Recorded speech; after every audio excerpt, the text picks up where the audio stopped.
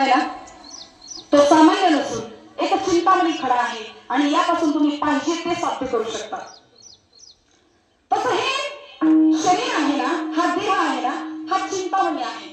निंदा हिंसा कपट यामधून जर काढलं ना तर या देहापासून आपण पाहिजे ते साध्य करता येतं। आपल्याला पाहिजे ते साध्य करता येतं। लोक संत झाले याच देहाने झाले, लोक चंद्रावर गेले याच देहाने गेले, लोक देव झाले याच देहामुळे झाले। या देहापासून आपल्याला देव होता येतं, देव बनून मुक्त होता येतं। नाथबाबा सांगतात, देहा ऐसे ओघटे पृथ्वी माझी नाही कोठे, देहा ऐसे गोमटे पाहता नाही त्रिलोकी।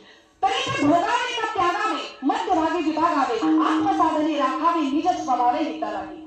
या देहासारखी वाईट गोष्ट या जगतात दुसरी कुठलीच नाही आणि या देहासारखी चांगली गोष्ट सुद्धा या जगतामध्ये दुसरी कुठलीच नाही। आणि म्हणून या देहाचं आपल्याला संधीचं सोनं करून घ्यायचं असेल ना तर हा देह आपण संत समागमामध्ये घालवला पाहिजे। अभंगाचं तृतीय चरण।